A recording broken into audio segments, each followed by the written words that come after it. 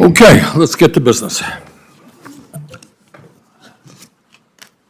Let me thank everyone for being here this morning, and let me thank Senator Graham for his efforts, and mostly let me thank Shalanda Young, our new OMB director, for being here, and congratulate her on her official appointment. You've been doing the job for a year, now you got the title, right? Let us, as we begin this hearing, let us be very, very clear. A federal budget is more than just a huge spreadsheet of numbers. Federal budget speaks to who we are as a nation and where we want to be in the future. It speaks to whether or not we can go beyond the needs of the lobbyists, whether we can go beyond the needs and the power of wealthy campaign contributors who have so much influence over what goes on here in Capitol Hill, or whether we can finally address the needs of the tens of millions of working families, middle-income people, low-income people who are struggling every single day to take care of their families. That is really what this whole debate is about. Which side are we on? So let me just take a moment to describe what I believe to be some of the major crises in our country today and how the president's budget responds to these crises.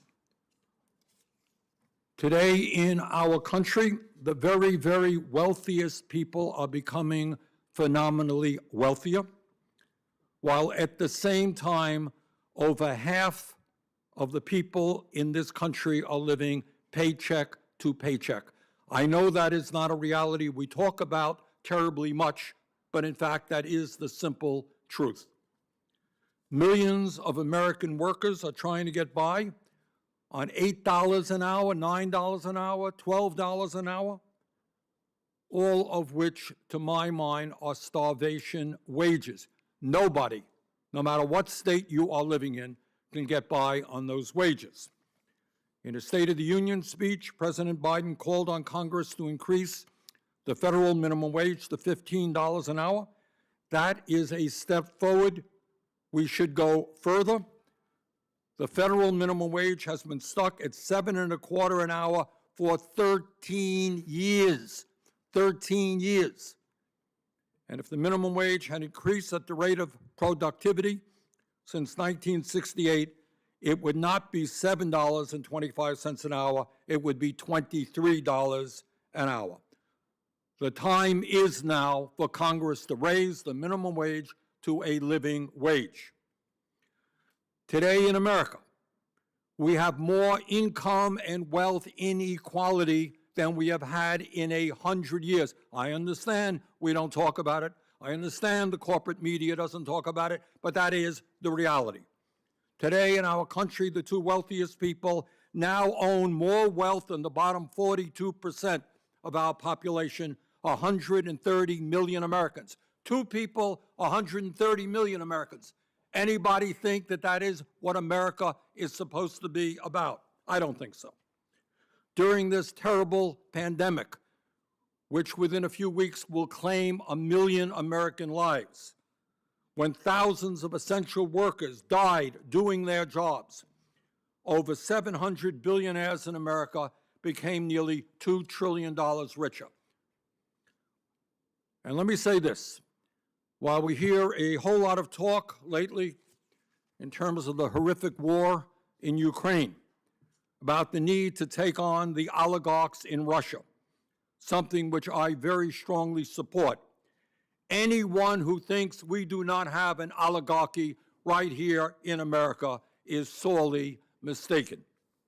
Today in America, multi-billionaires like Elon Musk, Jeff Bezos, Richard Branson are off taking joyrides on their rocket ships to outer space.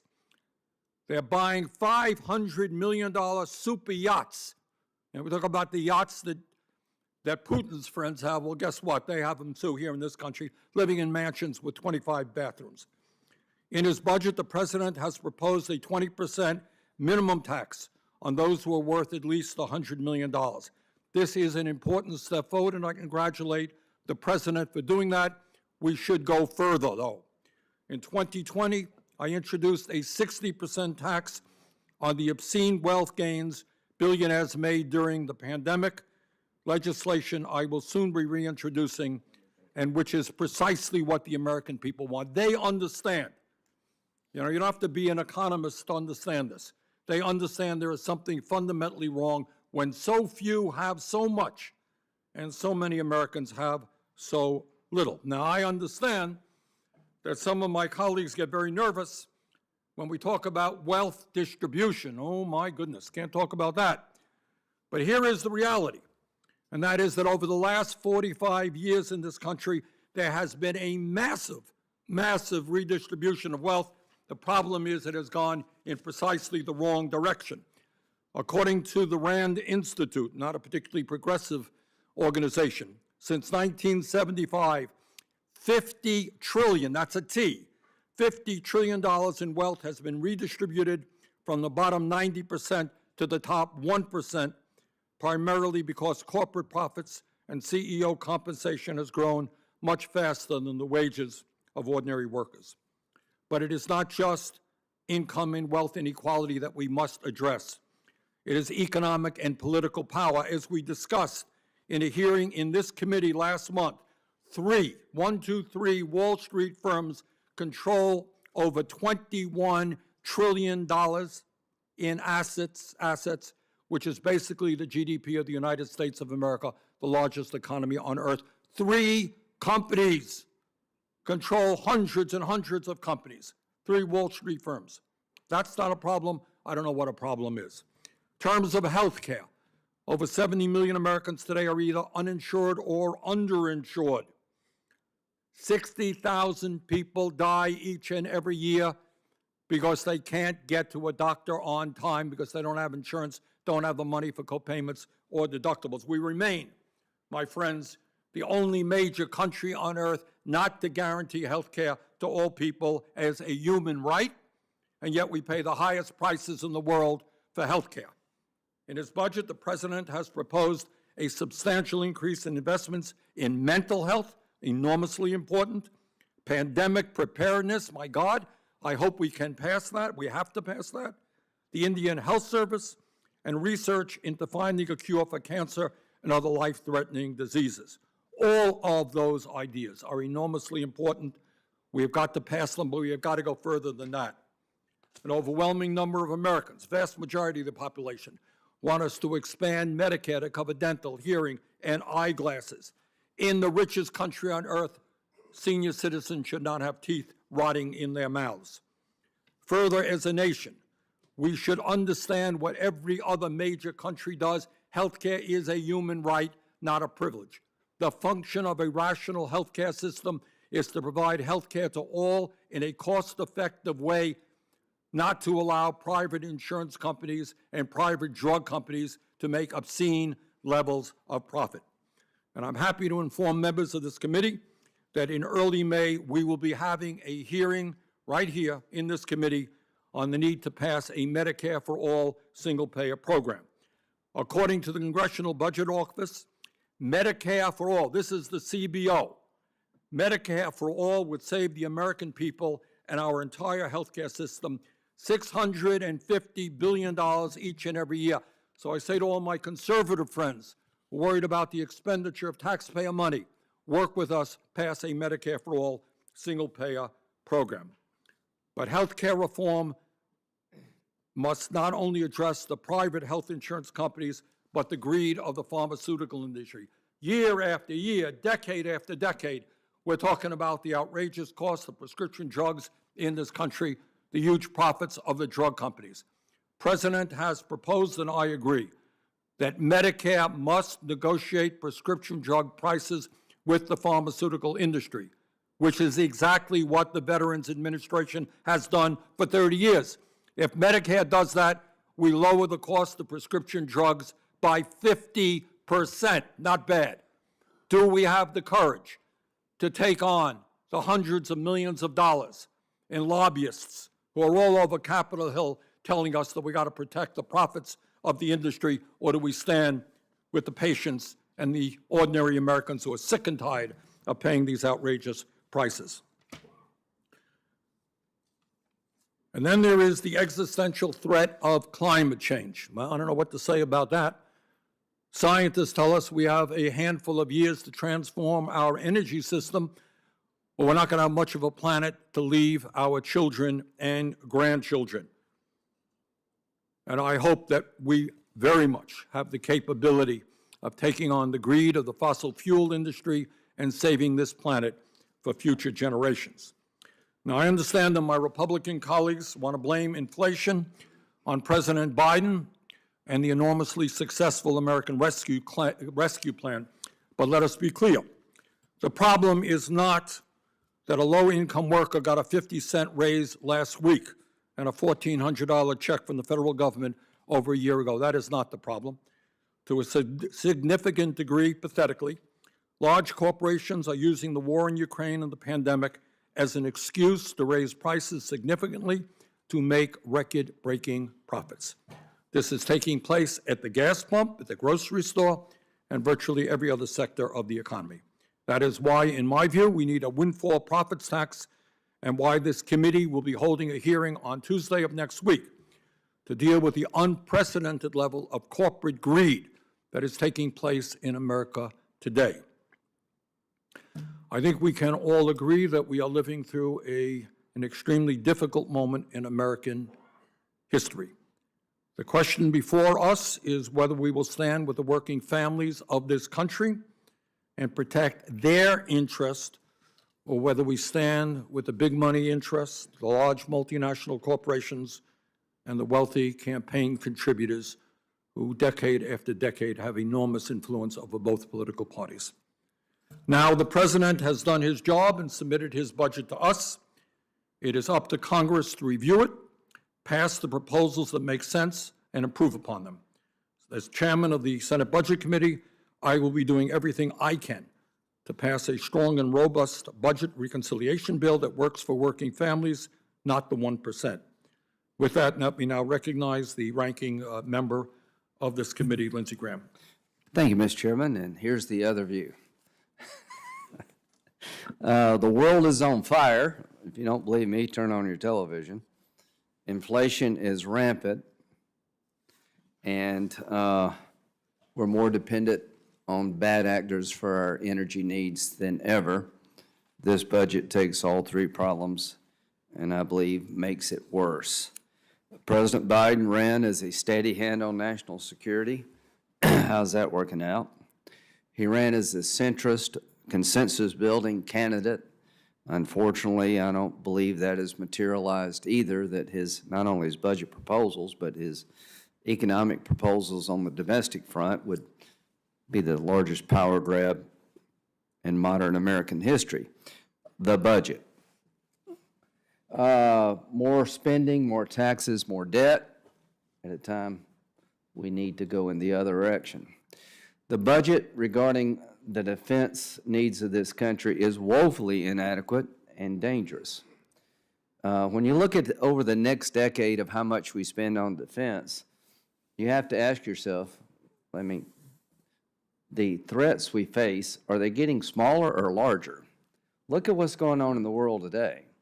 We have Putin dismembering a democracy called Ukraine in front of us, committing war crimes on an industrial scale, and all of us in a pretty bipartisan fashion have condemned him, and I appreciate that. There's an effort ongoing to do a new Iranian nuclear deal, giving the Ayatollah, who I think is a religious Nazi, more cash and very little in return. You have China being a bad actor all over Asia, threatening to invade Taiwan and rewriting the world map. You got Rocket Man in North Korea shooting missiles into the sea by the day and trying to get some attention out there. And you have Chinese buildup of their military. You have the reemergence of terrorism in Afghanistan from that debacle. ISIS and Al-Qaeda now have a safe haven. And you've got an invasion of illegal immigrants coming across our border. And if you repeal Title 42 deportation authority regarding COVID, then you will have just an absolutely overwhelming wave of legal immigration this summer. So those are the threats we face in today, and I don't think they're getting better anytime soon. In terms of spending,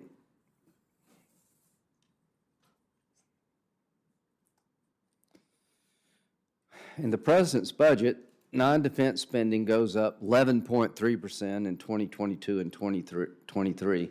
Defense goes up 4%. Now, given the threats we face, does that make any sense? The answer is no.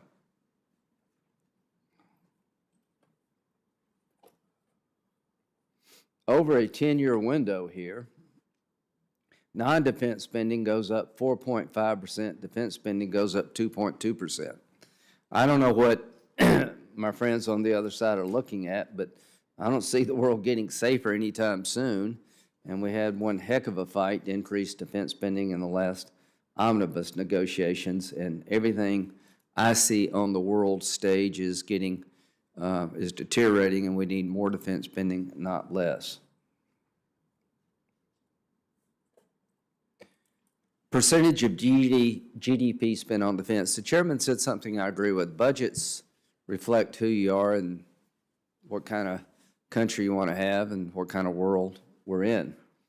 So by 2032, we'll be spending 2.4% of GDP on defense. That will be an all-time historic low. And again, as you look in the out years in the next decade, with China developing hypersonic weapons capability, aircraft carriers, Putin trying to rewrite the map of Europe, the Iranians trying to develop ballistic missiles, North Korea being a bad actor, do you really believe that we should have the lowest spending GDP-wise on defense in the history of the country in the next decade? I do not.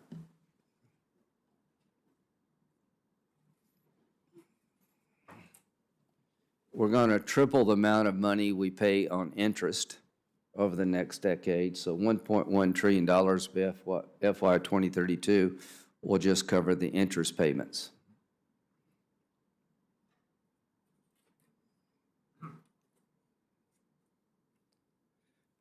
This budget also is about values. In this budget, we do away with the Hyde protections.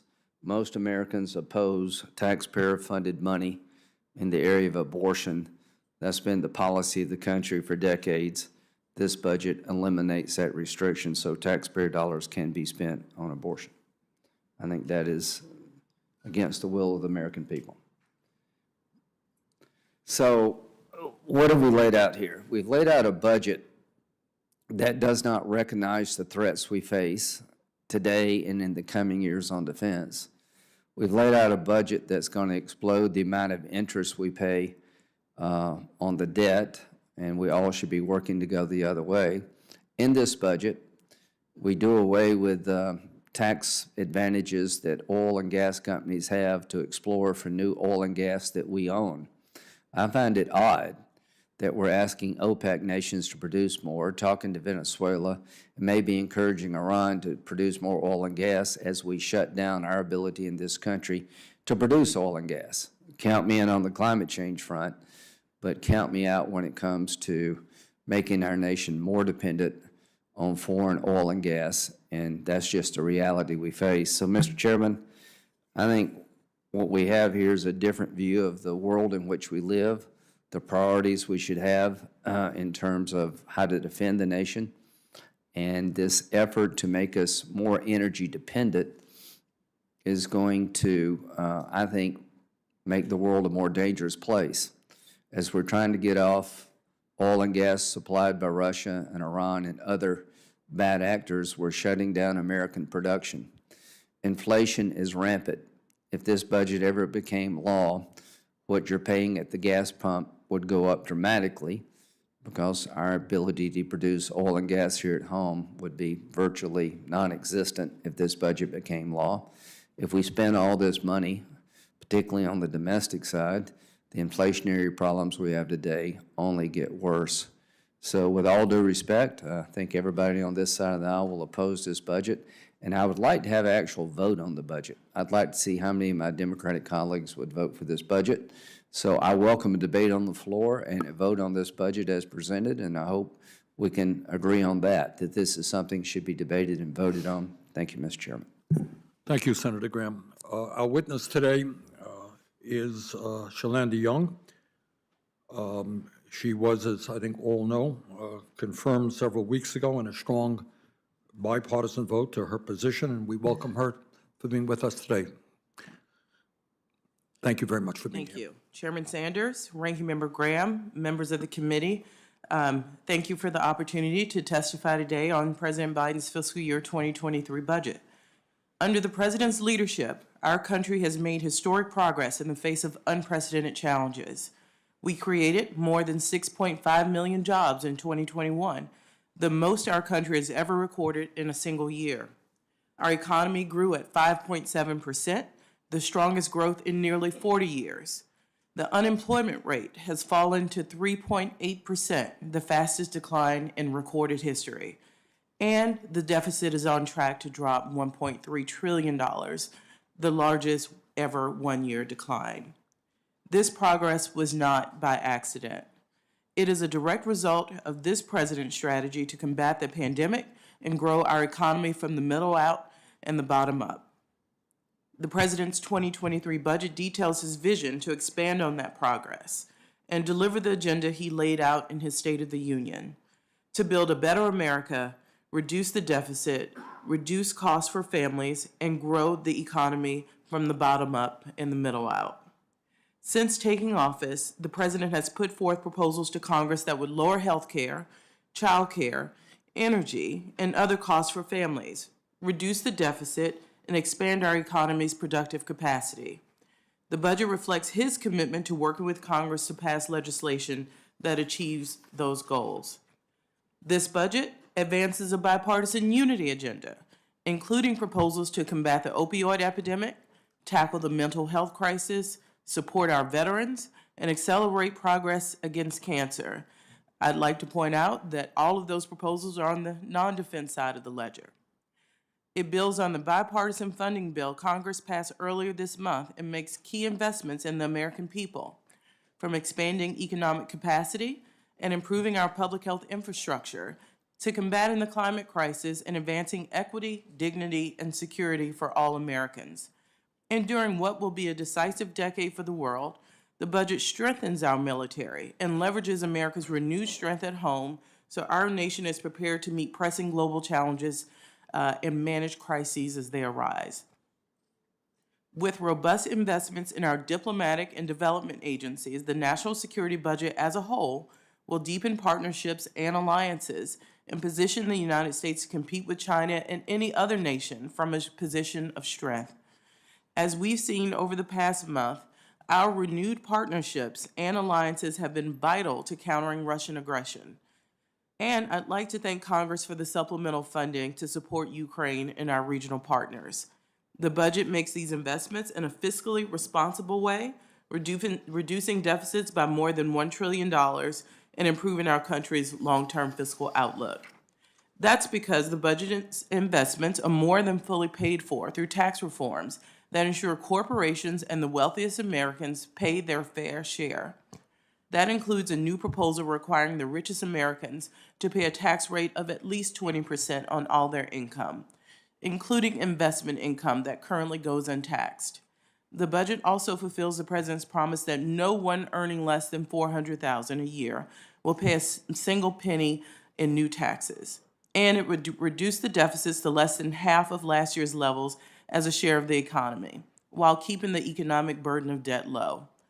Overall, the budget puts forward an economically and fiscal responsible path addressing our nation's long-term fiscal challenges while marking smart investments that will produce stronger growth and broadly share prosperity for generations to come. Thank you for allowing me to testify, for the opportunity to be here, and I look forward to your questions. Thank you very much, Madam Director.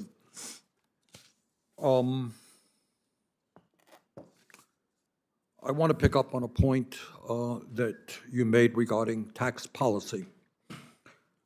As I understand it, in 2020, 55 large multinational corporations paid nothing, zero, not a penny, in federal income taxes after making $40 billion in profits. The effective tax rate of billionaires in America is now 8%, which is lower than what a nurse, teacher, firefighter, or truck driver pays. What is the president trying to do in his budget to address this outrageous inequity? So many of the people you just referred to, nurses, teachers, firefighters, pay at least double of what the effective tax rate is for billionaires and those that make more than $100 million. So the president believes very strongly that billionaires and those worth more than $100 million should pay what firefighters, teachers, and nurses pay as their effective tax rate. During your presentation, you mentioned the issue of mental health. I think we have long had in this country a mental health crisis without enough practitioners. Clearly, the pandemic has made a very bad situation worse. Last year, we lost some 100,000 Americans to drug overdoses. What in this budget are you presenting to us that will deal with the mental health crises facing America? Mr. Chairman, we certainly hope, as the President mentioned in the State of the Union, this brings all sides together. And the President believes that mental health, for example, should be covered just like physical health. So our proposal is that insurance companies have to cover mental health services as they do any other ailment that Americans suffer. Madam Director, the scientific community is fairly clear. You know, we get distracted by the terrible war, Putin's war in Ukraine. We get distracted by a lot of things, but climate change is real. And what scientists tell us, if we do not act extremely boldly in transforming our energy system in the next few years, the planet we leave future generations becomes increasingly unhealthy and uninhabitable. What does the president have in this budget to deal with climate? Mr. Chairman, the president would invest over $40 billion to deal with the climate crisis, as he's called it. That includes our commitment to ensure that the poorest countries in the world can also step up and meet these challenges. This is a global problem, and if we don't deal with this domestically and in an international fashion, we will not meet the goals necessary before we reach a point of no return. The American people are disgusted by the reality that we pay the highest prices in the world by far for prescription drugs. What is the president proposing that we do to lower the cost of prescription drugs in this country? So the president has been clear. He continues to believe that Congress should send him a package of legislative package that reduces the cost of prescription drugs, reduces the cost of child care for families, reduces health care costs. And this budget leaves the revenue space in which to do that, including the savings. We don't have to spend anything. We actually save money if we lower the cost of prescription drugs. During the American Rescue Plan, we did something I think extraordinarily important, and that is extended and expanded the child tax credit for working class parents. That expired in January. The child poverty rate skyrocketed by 41%, bringing us back to one of the highest childhood poverty rates of any major country on earth. What is the president proposing we do to address child poverty in America? You heard from the president in the State of the Union. He continues to believe that the child tax credit should be extended. You're absolutely right. It brought down the poverty level substantially for children in this country. The president, from his own lips, has recommitted to supporting that effort. Okay. Well, Director Young, thank you very much. Senator Graham. Good morning, Ms. Young. Good morning. Good. Would you support a vote on the Senate floor regarding the president's budget? Thank you, Senator Graham. As a former longtime staffer of the Hill, I would not deign to tell the Senate how to conduct its business. Okay, well, I just would ask the chairman, let's have a debate on the budget and vote on it, and I think that'd be good for the country.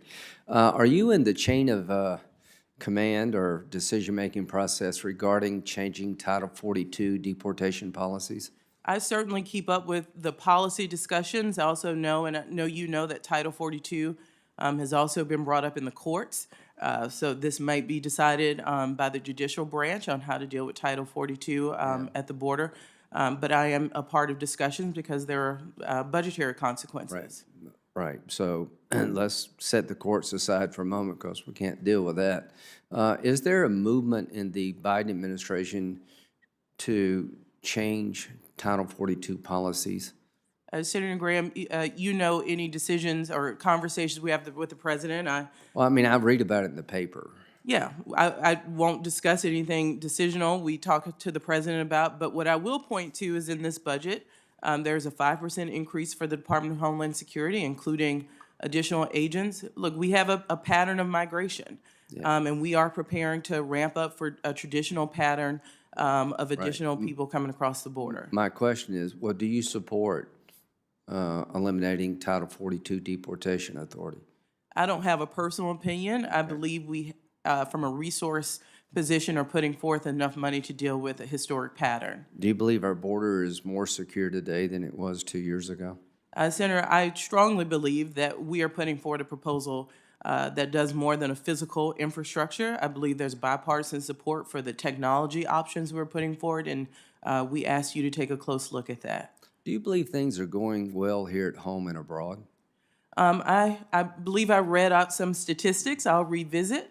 The strongest economic growth in 40 years last year. Yeah, I would just say, with all due respect, things are not going well here at home and abroad. And policies do matter, and I think the explosion you see at the border is about to get worse if we repeal Title 42 authority. On the defense side, do you think this is a dangerous world, getting increasingly more dangerous? You and I have talked about this. It absolutely is, and gotten worse with the Russian aggression since we last talked. Yeah. So in this budget, we'll be spending 2.4% GDP on defense in the next decade, at the end of the next decade. Given the threats we face, does that make sense? If you allow me to be a little wonky here, we do budgets 10 years. You require that of us. Defense usually plans on a 5-year basis, a future year's defense budget. So we absolutely do ramp up in accordance with that. And the rest of the 5 years is mechanical, and I'm sure we'll revisit that in future years. Yeah, and I have a lot of respect for you, and I think I voted for you enthusiastically, but not being wonky, this budget puts us on a path to spend less on defense, GDP-wise, in the modern history of America. And we're going to spend more on domestic spending at a time when the world is literally coming apart. China's developing hypersonic missile capability. Their military is growing by leaps and bounds. You've seen what's happened in Ukraine, and I think Putin's not going to stop there unless somebody stops him. The Iranian nuclear threat's going to reemerge again. So I would just say on the defense side, this budget has got it all wrong. That's just my opinion. On inflation, how much of inflation increases are driven by energy cost? It is a fair amount, and it has increased since Russian aggression. Yeah. In this budget, you eliminate tax advantages for oil and gas companies when it comes to exploring for American-owned oil and gas. Is that correct? That is correct. Yeah. Are you aware of the calls by President Biden to get OPEC to produce more oil?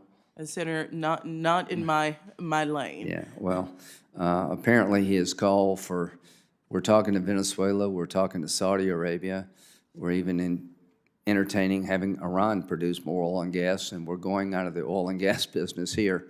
While I believe climate change is real, I think this budget would make the problems at the pump enormously worse. And I would like to urge the chairman to bring the budget to the floor, dedicate some time, and let's talk about it and vote on it. Thank you very much. And thank you for staying within the 5 minutes, and I will ask everybody to do the same. You're right on time. Senator Murray. Thank you very much, Mr. Chairman. Director Young, good to see you. Thank you for joining us and for all the work that you and your staff went into delivering this really strong budget. I was really pleased to see President's budget lay out a plan that would lower costs for Washington State families and prioritize important investments that will help our communities succeed in the present and in the future, all by asking for giant corporations and the wealthiest to pay their fair share. Now, we have made solid progress, as you outlined, in rebuilding our economy from the pandemic, including the historic job growth.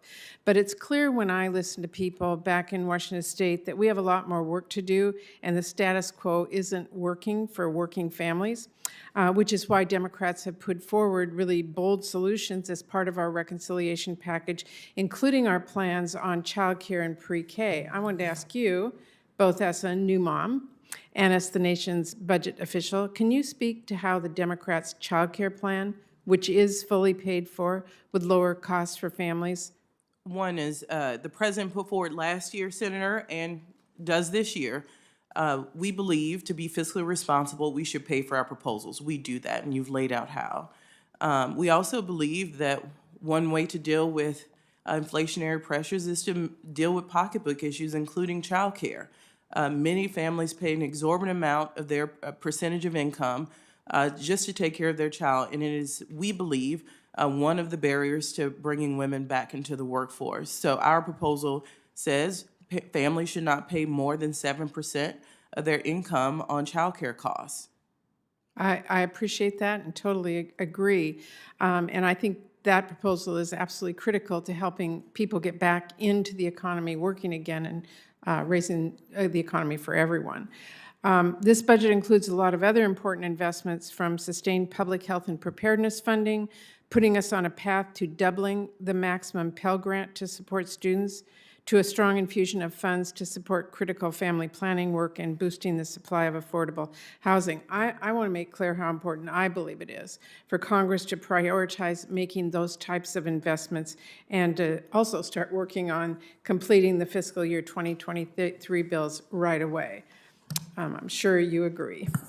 Finally, I just want to raise a couple of critical issues for my state, and I've raised these with you before. First, on the Hanford side, I'm extremely disappointed again this budget would roll back the really important progress we've made to advance cleanup at Hanford.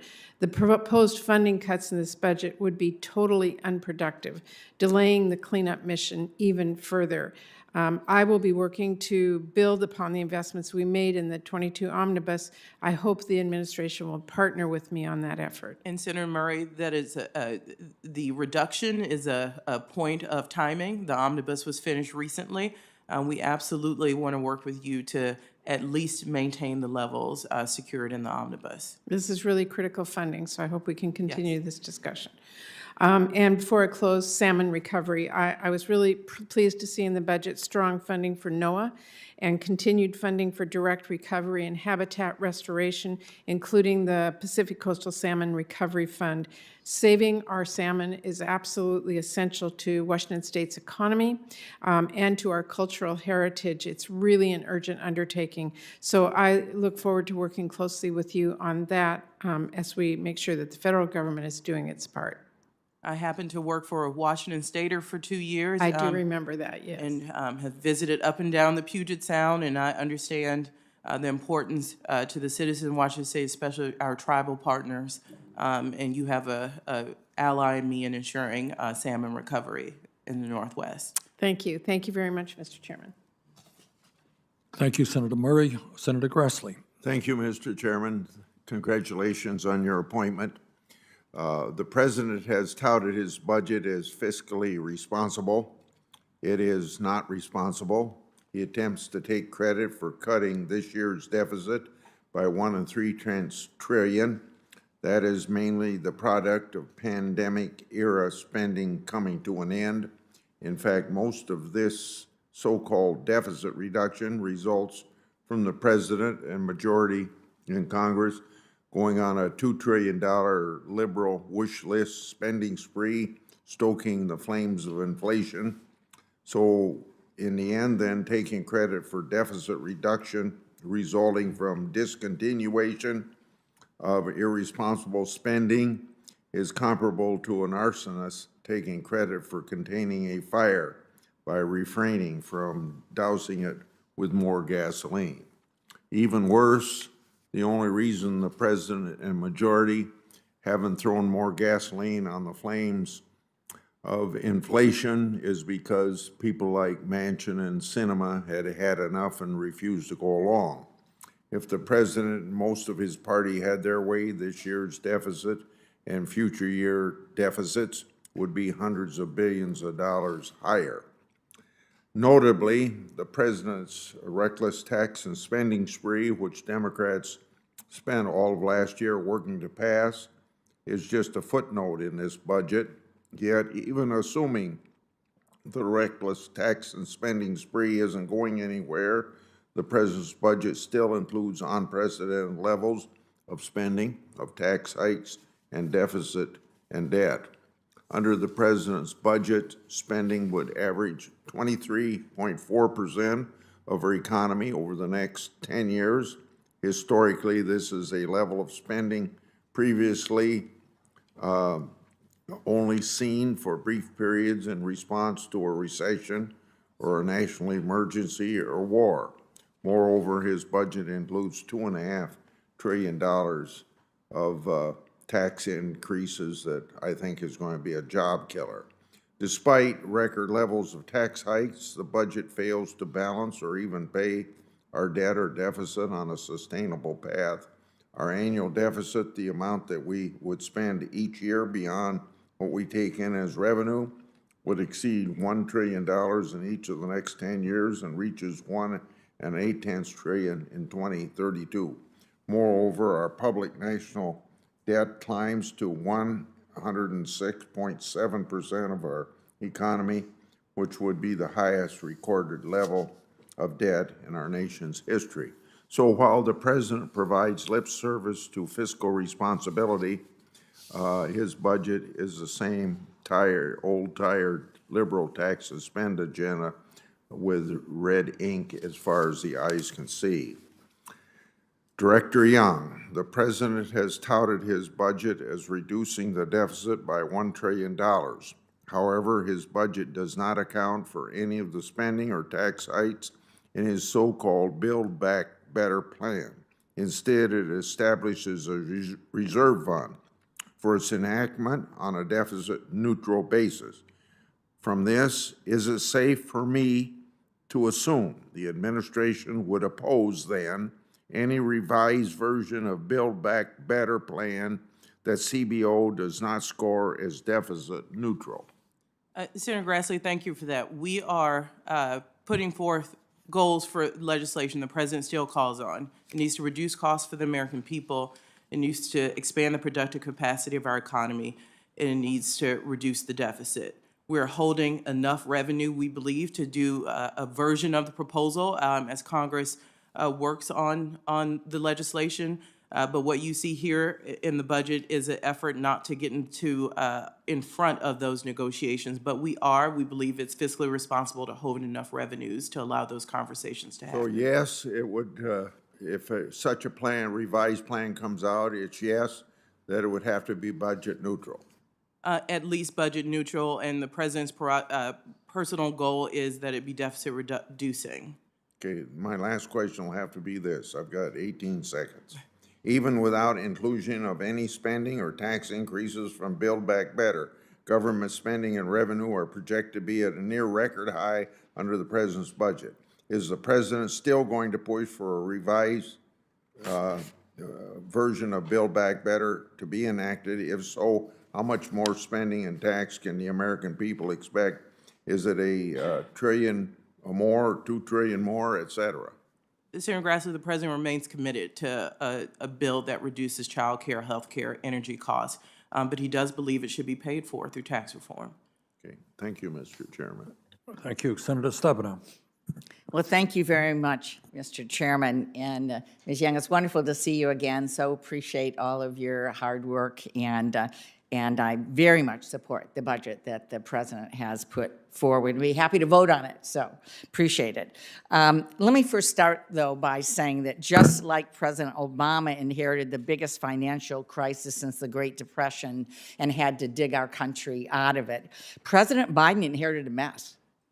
He inherited a mess. Over 424,000 people died of COVID before he was even sworn in.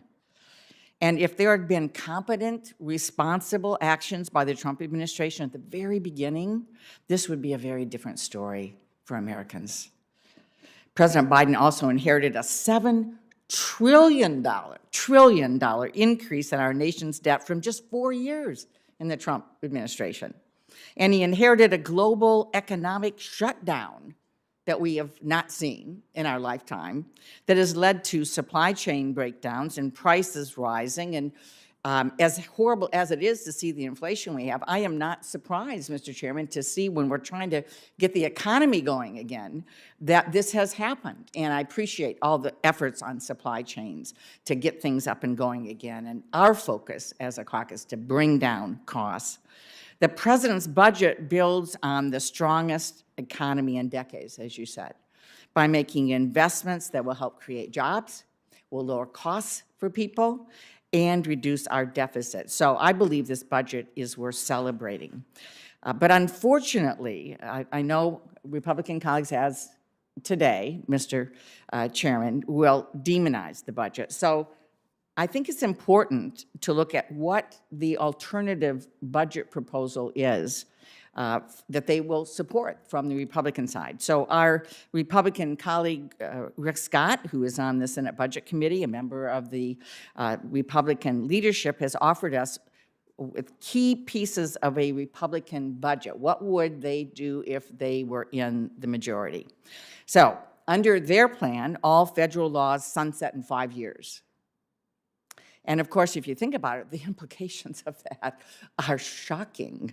I mean, that would mean an end to Medicare and Social Security, an end to Medicaid, which provides health care coverage for 86 million Americans, including our seniors in nursing homes. It'd mean the end of the Veterans Administration, taking away all the health care and other support for people who served our country. Under this Republican plan, middle-class families would see their taxes go up $100 billion this year alone. In Michigan, 38% of my constituents would see a tax increase. And there's so much more in here. I could go on and on. You know, President Biden has a great expression that I think is fitting for today. He says, "Show me your budget and I'll show you what you value." And through his budget request, we know President Biden's values and Democratic values on who we're fighting for. And thanks to Senator Rick Scott, the head of the Senate Republican Campaign Committee, we also know what Republican colleagues value.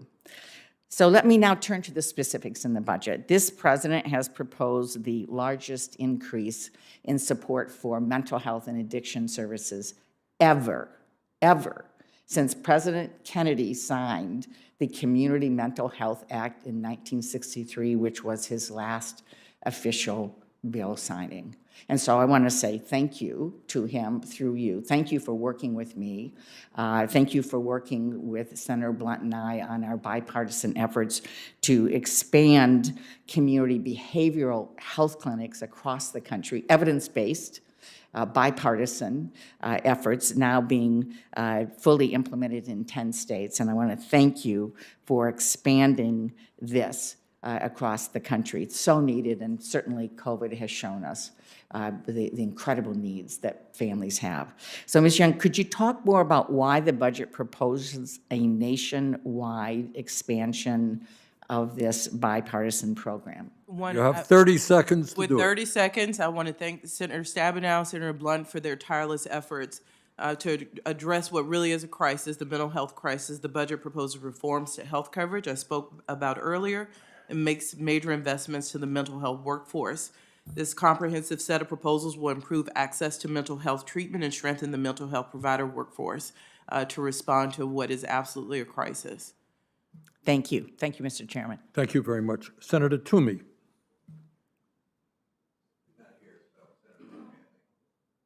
Is Senator Toomey here virtually?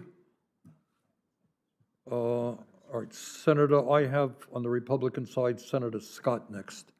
Senator Romney. All right, in that case, Senator Romney. Thank you, Director. Appreciate your being here. I know my mic's going on, so I'll touch that button, but I'm going to come over to this point.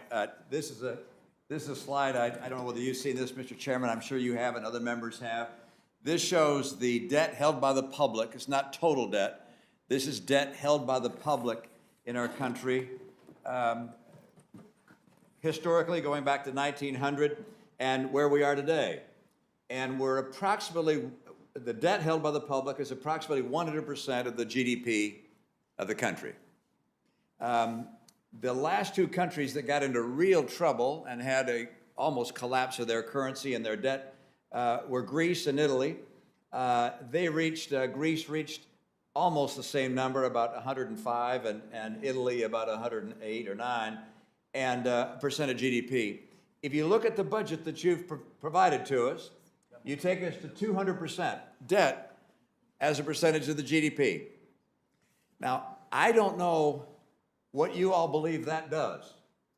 I'm just going to make sure the chairman also gets a chance to see that, which is that here's the level of debt that Italy had, Greece had, they got into financial distress. We're at 100% of GDP right now. According to this budget, we get to 200% of the GDP of our debt held by the public. Now, I'm a financial guy, and I know that if something like that happens, there will be economic calamity. People will stop loaning money to the United States. Interest rates will go through the roof. We're not talking about going up to 2, 3, 4, 5%. We're going up to like what happened in Greece and Italy. So at some point, there's a dramatic departure from what we've all experienced. I don't know what that point is. I ask financial people who really are more financial than myself, where does it happen? When is it that we hit the cliff? Do you have a sense of what level of debt you just can't go beyond as a percentage of GDP, debt held by the public? Do you have a sense of what that is? And Senator, if I can, what I have is the percentage of GDP is about 106% in the 2032. So I just wanted to start with the difference in effect here. This goes out to 2050. Our budget goes to 2032. Yeah, and the CBO takes it all the way out. We believe the way to look at debt is what it costs to service the debt. We believe that remains at a historic low rate and doesn't crowd out other investments, so we don't end up in the same situation you saw in other countries. I see. So you just look at how much it costs, and if the interest To rates are service the low, debt. to service the debt. So what would you have said to every other country that's gotten to this level that's had an economic collapse? That they were just wrong? See, what happens is when people are afraid you can't pay back the debt because of how high it is as a percentage of your economy, they start asking for a higher interest rate. And when they do so, the amount you're having to spend to service the debt gets to be backbreaking. Every major civilization that's gone down this path has ended up having their currency no longer become the reserve currency of the world and have economic collapse. We simply cannot continue on a road of adding $1 trillion of debt every year. Let me look at the other slide. It's probably behind me. Oh, there it is. My colleague is behind me. I'm just looking at, every single year in your 10-year forecast, you're showing deficits of over $1 trillion a year. I don't know how, when the economy is doing well, we can keep adding $1 trillion a year to the debt without at some point reaching calamity. And so does the administration have a plan to deal with this? Is there some way we can stop these $1 trillion annual deficits and putting us on a road to financial distress? Senator, we're doing it. $1.3 trillion in deficit reduction this year. Well, I'm sorry. The Democrats passed a massive COVID bill. COVID was an extraordinary event, and we passed a lot of money to help people through that. Is there any reduction in spending that the administration has proposed, other than COVID spending, in this new budget? COVID spending costs just as any other spending. And this president, had he not done ARP, many economists, including Moody's, who I sat with 2 days ago, believe we'd be in a double-dip recession. I'm all in favor of COVID spending. I think ARP and the amount of money that was sent to states when states didn't need it. I mean, I think these numbers just roundabout. California had a $60 billion surplus last year, and ARP sent them $40 billion more. And the waste in ARP, as well as other programs, is unbelievable. But I know my time is up. I make the point that if you look at what you're doing over this budget, you're seeing that all of the increases in mandatory programs, the massive increases in mandatory programs, and if we're ever going to get a handle on our debt, we're going to have to find a way to either increase revenue, which I don't favor, or find a way to adjust our long-term benefits, not for current retirees, but for young people coming along. We got to be able to find a way to balance these programs, or we're going to find ourselves in a heap of trouble. And Thank you, Mr. Chairman, if I could say. Senator Whitehouse? Yep. Thank you, Chairman. On the continuing subject of economic calamity, and with respect to climate change, have most of the world's major central banks warned about a carbon bubble that could burst and damage the world economy? You and I have talked about this. I believe around 18% retraction is an estimate out there that would be catastrophic to economies. And separately, have Freddie Mac, the big American mortgage company, and others warned of a coastal property values crash related to climate and sea level rise that would cascade through the entire national economy? Senator, I know you know this more than anyone, given the state you're from, but it is an absolute crisis waiting to happen. And are those not both the sort of economic crises that come on suddenly, with a sudden collapse? It's the nature of bubbles and crashes when things go wrong that it happens catastrophically and dramatically, is it not? That is correct, but we do know it's coming, which is why we have to do something about it. Precisely. Thank you for making that a point in this hearing. With respect to mental health, does the administration agree that children's mental health and addiction-related mental health issues, recovery, and police encounters with individuals involved in mental health crises are three important places to focus new investment in mental health? Thank you for asking that. The mental health proposal does many things. It not only is the right thing to do for those suffering from mental health issues, but it helps in our community violence issues, and it also helps with our addiction issues. So there are many reasons to make major investments. With respect to the billionaire minimum income tax, I would just like to propose to you that you keep your mind open to the prospect of the so-called Buffett rule, supplementing the billionaire's minimum tax. It has very broad support, and it relates to people who make, it starts when you're making over $1 million a year, and it kicks in fully when you're making $3 million a year. And it's again, a basic minimum tax to make sure that people who have those kind of resources aren't paying a lot of lawyers and lobbyists and tax advisors to end up paying lower tax rates than firefighters, and nurses, and teachers. We will absolutely keep that in mind. And my last point, again, coming from Rhode Island, and speaking on behalf, I think, of many coastal states, we've discussed this already, but the U.S. Army Corps of Engineers has a very significant account that is called its Inland and Coastal Spending Account.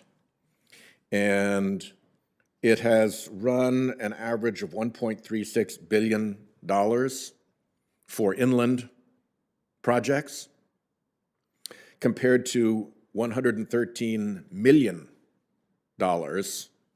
for coastal projects. So for every dollar that this fund sends to inland flooding projects, it has only a penny or less available for coastal flooding projects. And this is obviously a matter of great concern, not just to Rhode Island, but to coastal states everywhere. I think our friends from Louisiana are seeing the highest rate of coastal loss and erosion of any state in the country.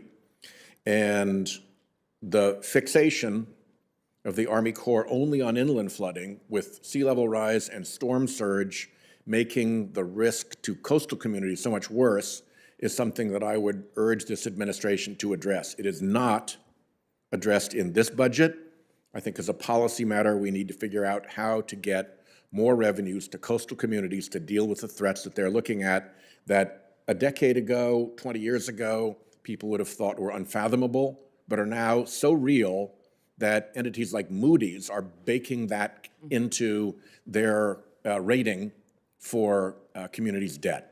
And Senator, I've told you privately, I will tell you publicly, we will talk to Army Corps about this, but also you have my commitment to talking to and working with the Appropriations Committee. The budget is the beginning of the process, so we have a long way to go before this is enacted into law. Dollars for inland compared to pennies for coastal does not seem fair. Thank you, Chairman. Thank you, Mr. Chairman.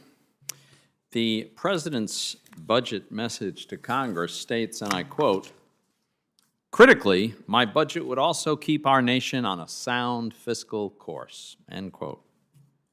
But that's just flat out false. Our nation is not on a sound fiscal course. It hasn't been for quite some time.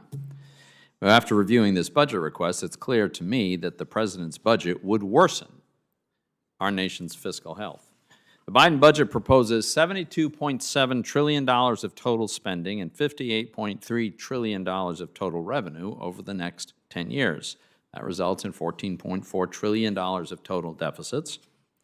Publicly held debt balloons in this budget from over $23 trillion currently to $40 trillion by 2032. And that assumes no recession, no unforeseen emergency spendings like the trillions in COVID relief from 2020. If you want to really gauge whether this budget actually restores fiscal sanity, we ought to compare it to current law, at least for a starting point. Specifically, the CBO's July 21 budget baseline is a good place to start. Let's look at total deficits from a comparable time period, 22 to 23 in the Biden budget versus what is projected under current law. So under current law, CBO says that the cumulative deficit over this period of time will be $12.1 trillion. The Biden budget calls for $14.1 trillion. So how does making the 10-year budget deficit window worse by $2 trillion, despite huge tax increases, how does that put us on a stable or sustainable path? President Biden's boastful claim about reducing the 21 and 22 deficits compared to 2020 is completely disingenuous and totally context-free. In 2020, Congress passed 5 bills to respond to the public health and economic crisis posed by COVID. The unprecedented emergency spending of those bills resulted in $3.1 trillion of budget deficit for 2020 alone. Of course, it's important to remember that money was intended to be spent in 2020. Then the Democrats come along and pass the bill in March 21, full of partisan policy priorities, almost completely unrelated to COVID, and they add $2 trillion to our deficits at a time when there was no economic justification, no need for that massive spending. And now our Democratic colleagues brag about the 21 deficit being lower than 2020, but completely omit that their partisan bill actually made the 21 deficit $1.2 trillion worse than it otherwise would have been, and that bill has subsequently proven to be a significant contributor to the 40-year high inflation that our country is experiencing. The decline from 2020's record high deficit should be attributed to the expiration of the extraordinary, unprecedented spending that was in response to COVID. And there are plenty of other reasons to reject the claim that this budget is somehow fiscally responsible. It calls for a 14% year-over-year increase in non-defense. This big, massive increase in the federal bureaucracy and the welfare state, well beyond even current inflation. Meanwhile, the budget calls for an inflation-adjusted cut to our defense budget. Budget calls for only a 4% nominal increase in spending, which is an unrealistic and dangerous level considering inflation running much higher than that and a very dangerous situation around the world that we're reminded of continuously. It also, of course, proposes nothing at all to address the looming insolvency and the generally unsustainable growth of Social Security, Medicare, and Medicaid, which now account for 50% of total spending. also hides the true cost yet again of the various tax and spend proposals featured in the so-called Build Back Better plan, some version of which is still contemplated by the administration. So, Director Young, let me ask you a couple of questions about tax hike, because there's a lot of tax hikes proposed in this bill. Do you know what percentage of the country's total income the top 1% of wage earners earn, approximately? Senator, we know that, for example, I got almost no time. Do you know the answer to that question? It's a very specific question. I think the specific thing we'd like to highlight is that 400 of the richest people in this country are worth more than 150 million. Okay, I know you've got lots of talking points, but I did ask a specific question. Since you refused to answer it, I'll answer it. The top 1% of wage earners earn about 20% of all the earned income in America. You know what percentage of the total federal income tax burden that those same people pay? We know what percentage of their income they pay, and it's So less the than answer is half of 40. regular So the people. answer is 40%. So the top 1% make about 20% of all the income, pay about 40% of all the taxes, and you and the president's budget say that that's not their fair share. Their fair share must be much higher. So, Mr. Chairman, my point in this is I'm quite sure that we won't hear what the fair share would be if paying twice the proportion of the income earned isn't a fair share. And it makes middle-class Americans wonder just what kind of tax increase you're going to hit them with to make them pay their so-called fair share. I would just remind Senator Toomey that most of the billionaires in this country do not earn wages. They make their money elsewhere. Senator Warner. Well, thank you, Mr. Chairman. And as someone who probably falls Make into it a that little bit 1%. louder if you could, Mark. Sure. As someone who had been blessed and lucky enough to fall into that 1%, I think, I am paying a fair share, but I agree with the chairman. And the truth is, our system allows massive amounts of wealth accumulation, and we've seen it dramatically during COVID. And we've got to find a way that some of the wealthiest Americans in our country do pay their fair share. And I believe the focus of some of the president's proposals are not even actually on the 1%, but the 10th of 1%. And I think the numbers there in terms of share of wealth and amount of taxes paid, unfortunately, are pretty dramatically different. Director Young, first of all, it's great to call you director, not acting director, and appreciate the very important work you've done. I want to get to two questions during my time. We all know that one of the things that's driving inflation is a shortage of housing supply. Home prices, we know, have more than doubled. Rents are up about 14%. But we know there are still enormous amount, particularly on low and moderate and particularly low income housing, enormous amounts of shortages in this area. It's one of the reasons why on the banking committee, where I work with Senator Toomey and Senator Brown and others, we've looked at this issue. I was glad to see in the president's budget that you took on the issue of affordable housing supply, and obviously we'll be discussing this with HUD. But can you tell me a little bit more, Director Young, about the administration's proposal here on housing supply, particularly for low-income Americans? Thank you, Senator Warner, and I know you've worked hard on this issue. What we found is we'd often put proposals that dealt with the demand side, vouchers, and we'd often, look at the statistics. The vouchers weren't used. What we really have in this country is a supply issue of affordable housing. This bill would invest $50 billion through direct spending, incentives to state and locals to improve many of the barriers there are to building affordable housing, and also a tax credit system that would encourage the building of affordable housing. Well, I appreciate that and look forward to working with you and HUD on this issue.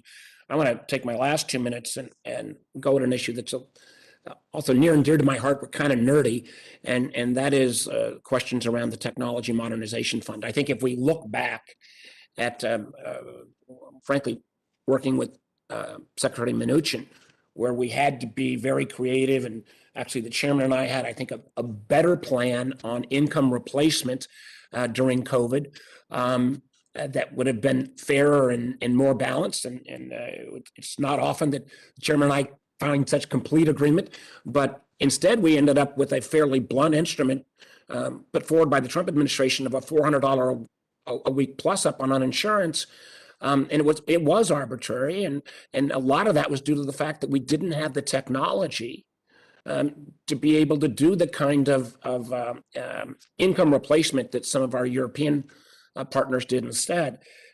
We continue to underinvest, and I think the administration has moved forward a bit on technology modernization fund.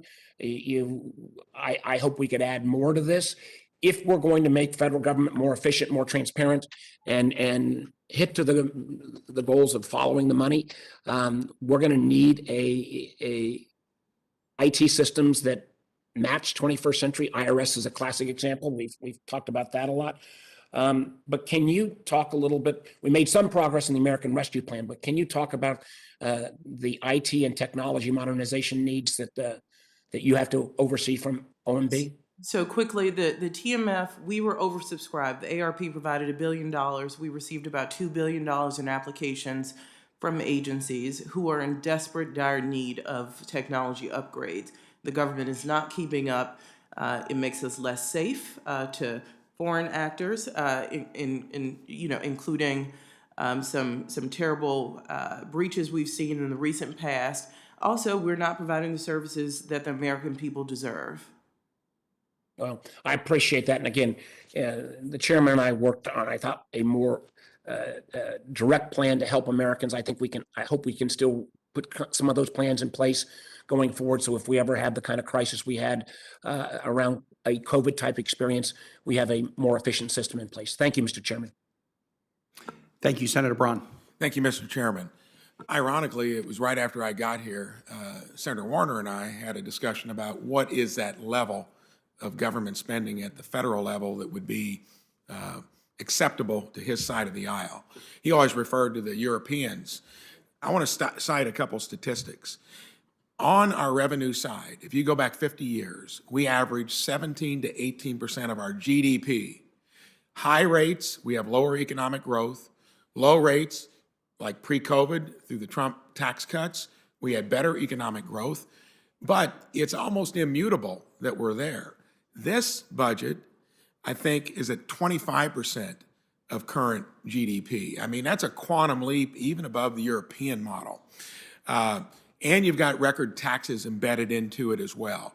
And I got several questions for you, so please keep them as short as you can. Do you have an ideal rate that you'd like to see the federal government as a percentage of our GDP? Revenues or debt? Spending. We believe as long as you are putting forward proposals to pay for that spending, we shouldn't look at the percentage of GDP, but you should pay for your proposals. So you're willing to go to a European level of where government would get that much larger and try to force the system to pay a tax rate that it's never been able to do in past history to support it? We believe we should invest in the American people. As a percent of GDP, non-defense, what we talked about a lot, remains below the historic GDP level. And I think we all do too. It's just that you can't do it on this paradigm. It goes broke in the long run. Do you know what interest rates were roughly back in 1978, say for a home mortgage? I was one, so you'll excuse me if I don't remember that. You wouldn't remember it, that's true. I'll tell you, it was 10%. And early into the 80s, they got up to right under 20%. And that was due to the evil that's been unleashed, inflation currently. It took interest rates into that level to get inflation back to where you take the tax that robs everyone back in order. That is something that we need to be concerned about because currently we're at 8%, and even pre-COVID, we were at 2.5%. It was stable, and that's something we need to be worried about. Where do you think when it comes to the size of the, not the revenue side, which we've talked about, on spending, do you think that it needs to be reprioritized in any way? Because currently this budget is calling for, I think, a 14% increase on domestic spending, only 4% on defense. Thank you so which much. seems out of proportion. Thank you for that. I'll remind everyone the non-defense side includes our commitment to our veterans, the FBI, the Department of Homeland Security. There are absolutely critical security, the State Department, critical security elements in the non-defense side. So I think then, with the short amount of time we have left, it comes back to the theme of what I think Senator Romney was talking about and many. For as many people in my short time here that come to the federal government expect it to have its house in order. And when you're proposing something that would go way beyond, I think, what most other senators on the other side of the aisle would think that is sustainable, a federal government, 25% of our GDP, how do you think we can do that, be there for all the people that do look to it, when you got like the Medicare Trust Fund that completely goes bust here in 4.5 years? Social Security, which we've actuarially known, the same thing, paying into since the Depression era, here in about 11 years.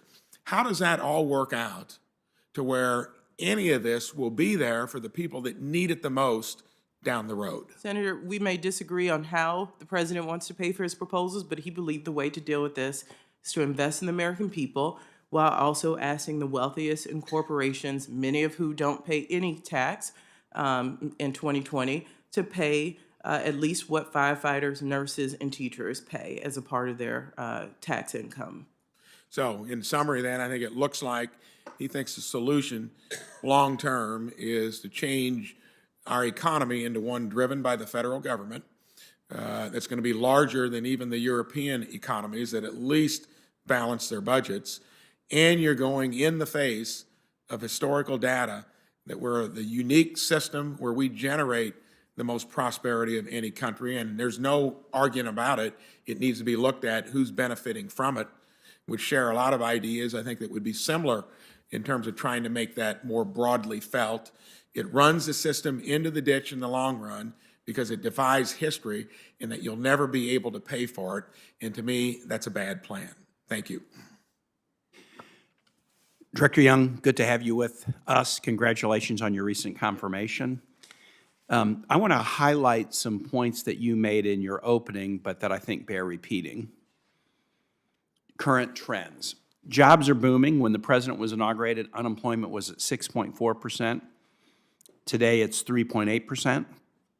More than 7 million jobs have been created in 13 months.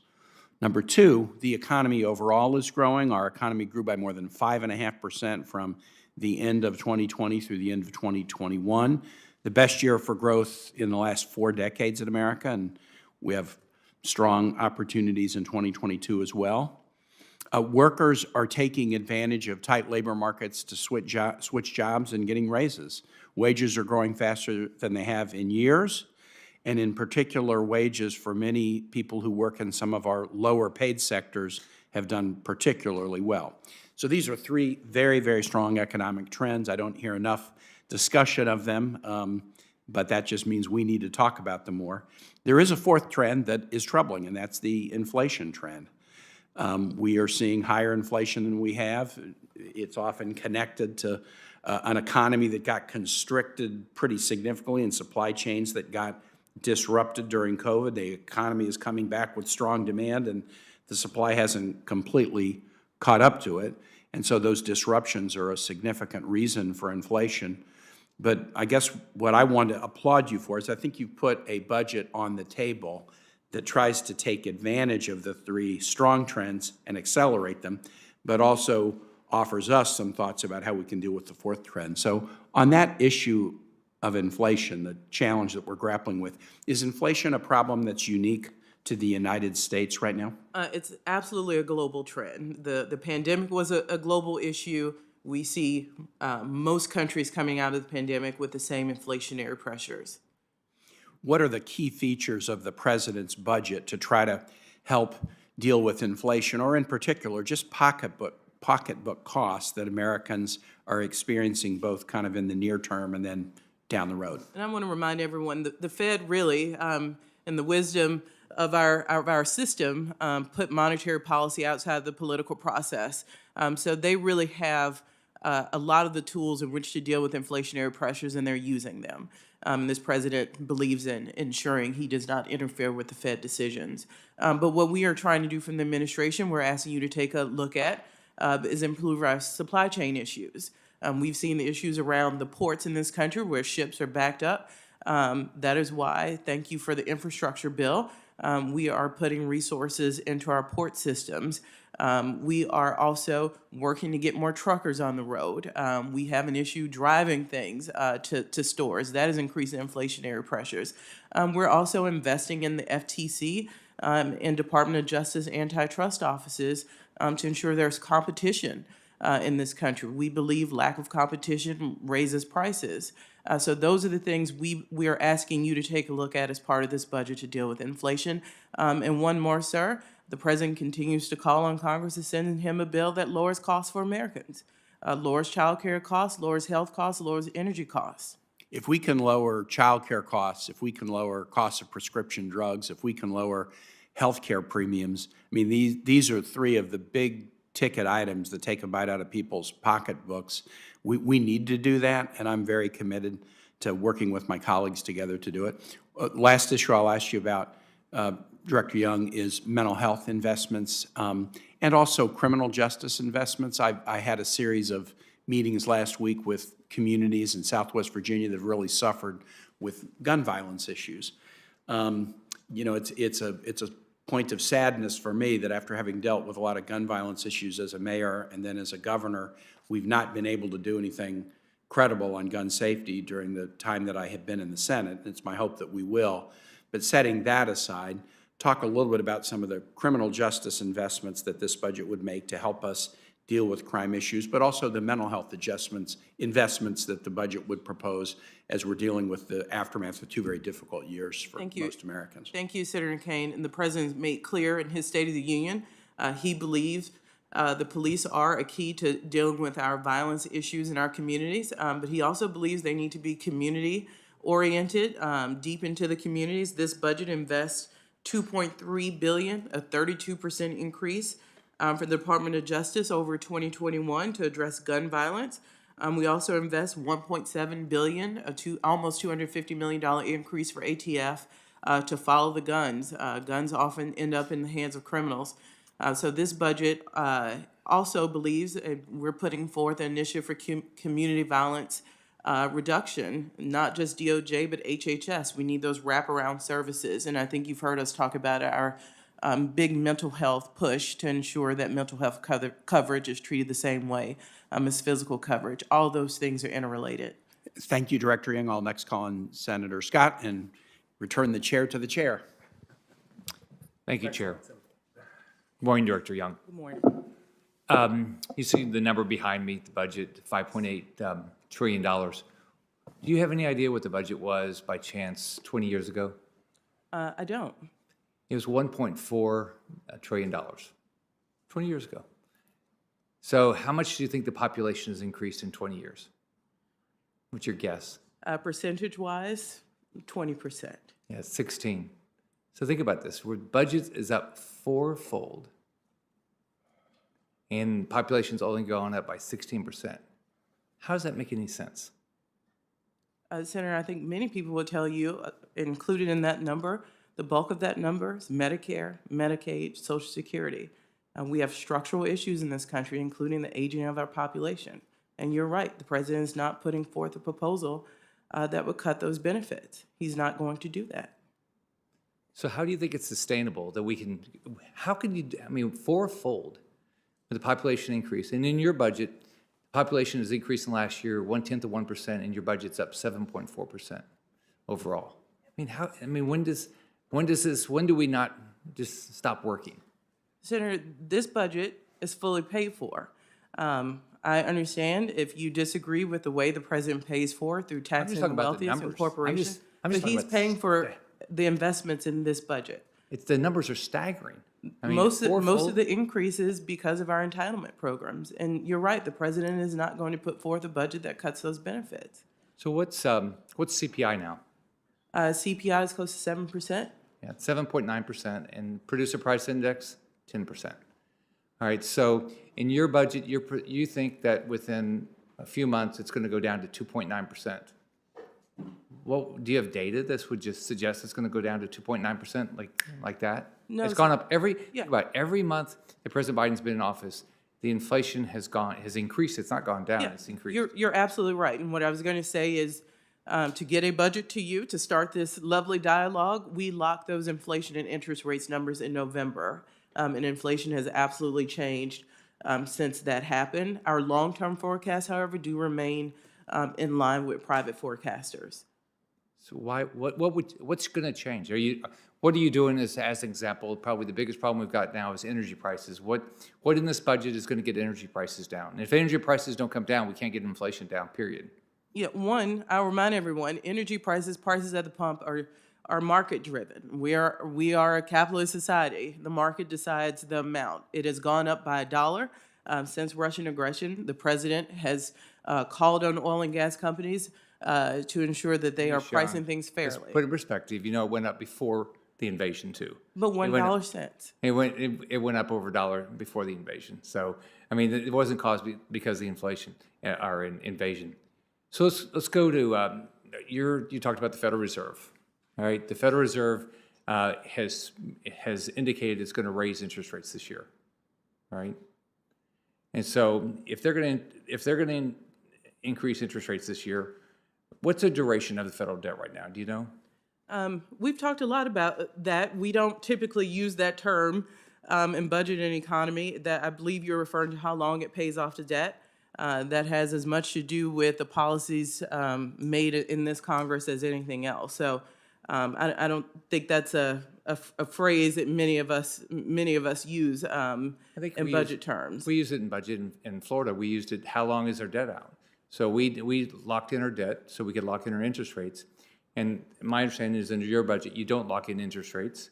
And so you're subject to this increase that the Federal Reserve is going to do in interest rates this year. Is that not right? Well, as a reminder, the federal government is different than state governments. We can carry debt. We budget very differently than state budgets. But you could lock it in. You could lock in it. You could lock in duration of your debt, so you knew exactly what interest expense was going to be. And you decide not to do it because short-term rates right now are a little bit lower than long-term rates. But what are you going to do when interest rates go up? I mean, how are you going to pay for this? You'll be happy to know our budget actually does include an assumption that interest rates go up. Not by much. In line with private forecasters. So we've got $30 trillion worth of debt, and you're projecting another $14 trillion worth of debt.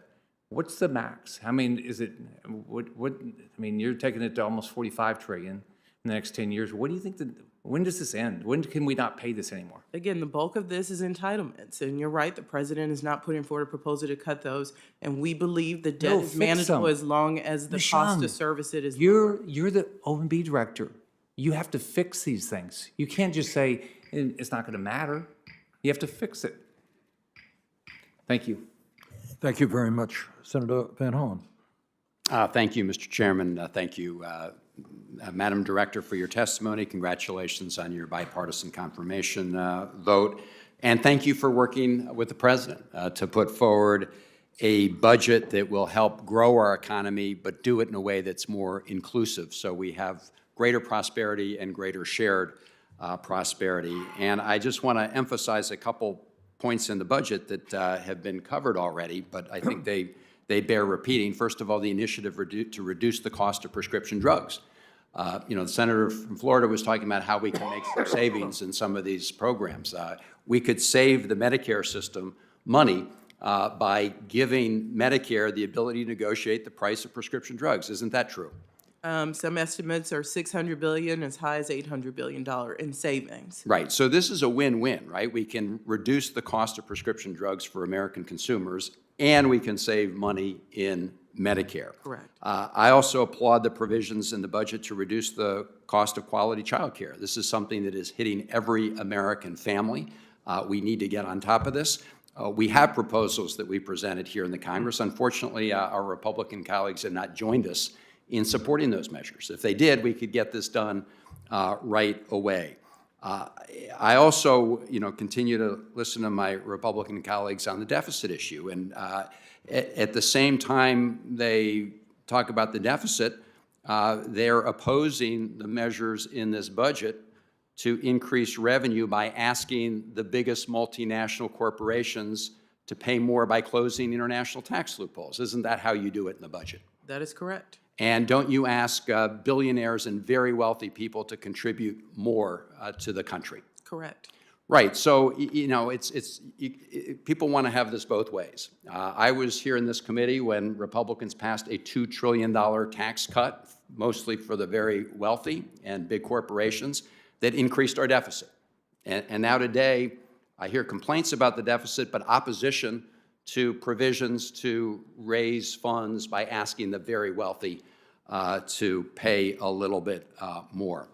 I want to also commend you, especially with respect to some of the education investments in this budget. One of the things I've tried to do for many, many years was to have full funding for our schools, especially our neediest schools, through Title I. And in this budget, I think you would double the allotment for Title I compared to what we just passed in the omnibus. Is that correct?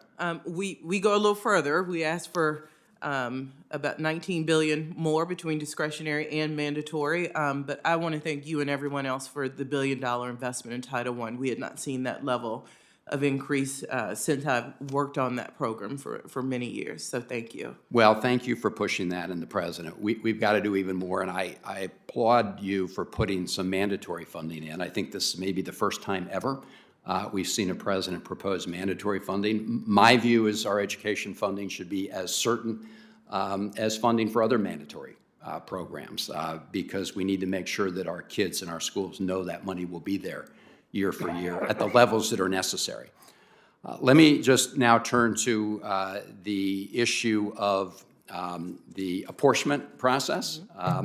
And one of the things I've worked to do on a bipartisan basis is to improve accountability in the budget process by requiring the executive to report on the apportionment, the spending and timing of spending of monies that Congress has appropriated.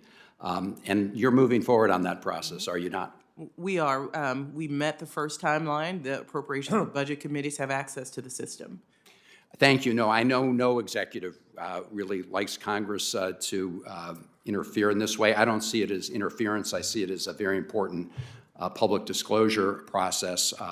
I was glad that this committee supported that provision on a bipartisan basis years ago, and we included this provision, as you know, in the omnibus. And I want to remind people that this would have been really important during the Trump administration's time when they withheld money for weapons for Ukraine. So for months, they secretly withheld money that this Congress appropriated to help in the defense of Ukraine. In fact, they withheld it for so long that they violated the law. That's what the GAO found, that they violated the law by withholding monies that have been appropriated by the Congress. And I think as we reflect on the current moment in Ukraine, it's important to remember that episode. And I am pleased we now have in place measures that would address that issue through the disclosure process. So thank you, Mr. Chairman. Thank you very much, Senator Van Hollen. Senator Lujan. Thank you, Mr. Chairman. To our ranking member as well, thank you for holding this important hearing today. Now, Ms. Young, thank you for being here.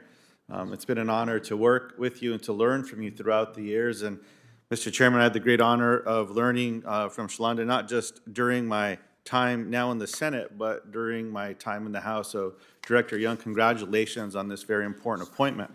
Now, while there's many positive aspects to the budget, I'm going to zero in on some areas that I think that the Congress must improve upon as we get into appropriation season, and we're working on the next, what I hope is not an omnibus, but that we pass this in regular order, if you will. Director Young, last year President Biden released an infrastructure plan, and that infrastructure plan pointed out that he was requesting $18 billion to upgrade and replace aging Veteran Affairs facilities.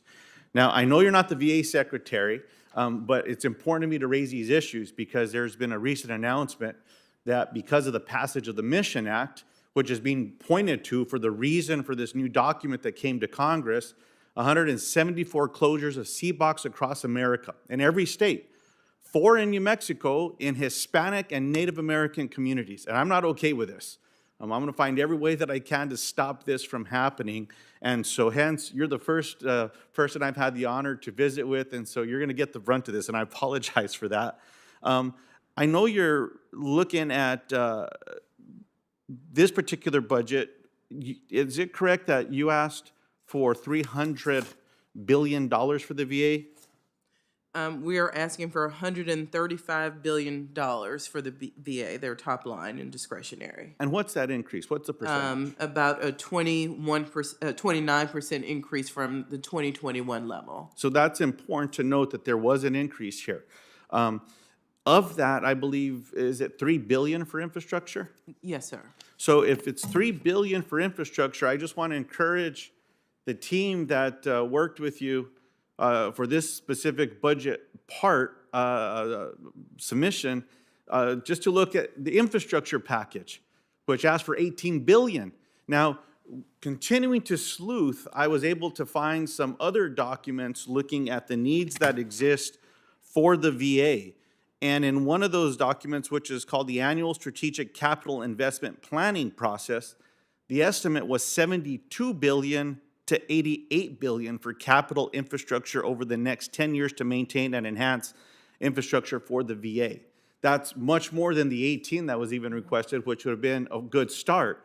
But I think even through testimony and through newsletters and publications, the VA secretary said it's only a down payment, and that's referring to the $18 billion. Mm-hmm. Now, if there would have been a significant showing in the bipartisan infrastructure bill, which I also supported, I don't know that we'd have these 174 potential closures.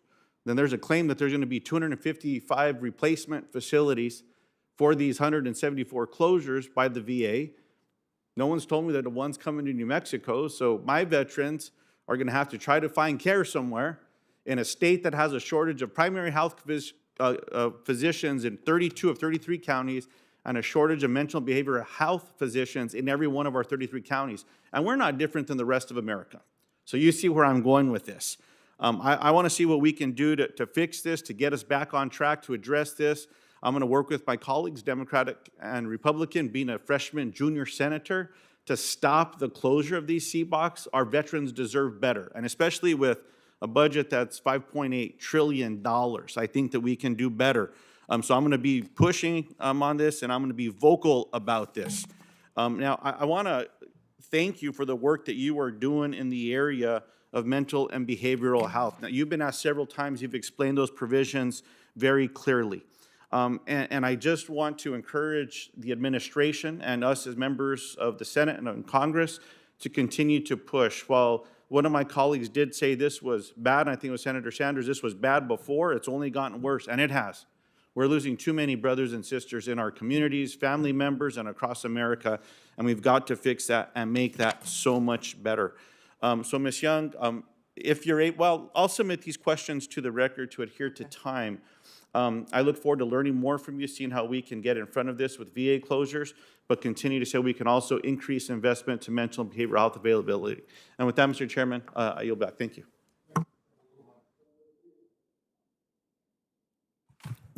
Thank you, Mr. Chair. Hello, we speak again. For a second, just want to echo what Senator Lujan and others have mentioned in terms of uplifting and prioritizing the mental health and behavioral health elements of the proposed budget. As Senator Sanders put it well, it was an epidemic before the pandemic, and it's only been exacerbated since. So a lot more to work on there, and I would ask that we particularly be mindful of how we work in partnership with state and local governments, particularly those who have also stepped up and committed funding through their budgets. Let's leverage programs, let's leverage precious resources to maximum effect, and look forward to working with you on that. Now, mental health needs and shortfalls across the country, not just in my home state of California, is not the only factor, but it's a significant factor in the homelessness issues that we're experiencing today. Coupled with housing affordability crisis, I also want to thank you for the levels of funding for housing in the proposed budget. I mean, similar to mental and behavioral health, the pandemic has underscored the need for affordable, safe, and supportive housing. And over the last 2 years especially, many have lost their housing, whether they struggle to keep up with rent payments or mortgage payments despite our assistance programs. And these hardships, no surprise, hit especially hard on communities of color, low-income families, Americans with disabilities, and other historically marginalized communities. Now, affordable housing is essential infrastructure. And I know other senators have talked about housing, including Senator Warner, but I just want to underscore that we have an ongoing need for robust federal funding for housing programs, more urgent now than it has ever been. I'll call attention to my Housing for All Act that I introduced several weeks ago that builds on proven solutions that have been developed at a state and local level, effective in terms of addressing housing, but with respect to unique challenges and opportunities in communities across my state, and you can apply that to communities across the country. So building on provenly successful models through these investments, I think, is a smart way to go. So in lieu of asking you a question on that, I just wanted to highlight and underscore my appreciation for that. Now, a question not unique to California, but probably disproportionate to the West, an issue of wildfires and disaster preparedness. As we've spoken on a couple of occasions, California and across the West, we continue to see how the climate crisis is leading to more frequent and more severe wildfires. And although we've made progress in recent years in increasing funding levels for federal land management agencies, Americans living in the West still need more support to truly address the growing problem. And that's both financial resources as well as personnel. You know, do what we might to try to prevent or mitigate the impact of wildfires. I can't help but notice that from 2019 to 2021, the U.S. Forest Service, which is the federal government's primary wildland fire agency, saw its firefighter ranks drop by more than 20%. In California, it's a loss of 1,000 employees. So I was pleased to see the budget includes $1.8 billion for the Forest Service and the Department of Interior to strengthen our federal firefighting workforce, increase capacity, and improve firefighter compensation. It's long overdue, but we know that's just a drop in the bucket. So, Director Young, can you discuss how these funds will address the firefighter workforce shortage and help chip away at the huge backlog of hazardous fuel reduction and post-fire landscape rehabilitation projects? And I'd also like to point out the $1.8 billion is a $560 million increase. As you say, it's a start. It's not a finish. We also are upholding the president's commitment to make sure firefighters make a minimum wage of $15. We think that will also help with recruitment. And I know this is an issue of importance to Senator Merkley, who's not here, but one thing we also support is National Guard being used in a lot of these areas. We know that recruitment will take a long time to build up, so our National Guard presence has been a lifesaver, literally, for a lot of communities. So we remain committed to doing that as well. Thank you very much. And in closing, Mr. Chair, I know the topic of inflation and interest rates back in the 70s and 80s came up earlier in the hearing. I'd just like to note for the record that from 1969 to 1974, there was a Republican president. From 1974 to 1977, there was a Republican president. From 77 to 81, yes, there was a Democratic president. And from 81 to 89, there was a Republican president. So happy to have these debates about the economy and interest rates. I want to thank Ms. Young for appearing before the committee today. Her full written statement will be included in the record. As information for all senators, questions for the record are due by 12 noon tomorrow with signed hard copies delivered to the committee clerk in Dirksen 624. Email copies will also be accepted. Under our rules, Ms. Young will have 7 days from receipt of our questions to respond with answers. With no further business before the committee, this hearing is adjourned.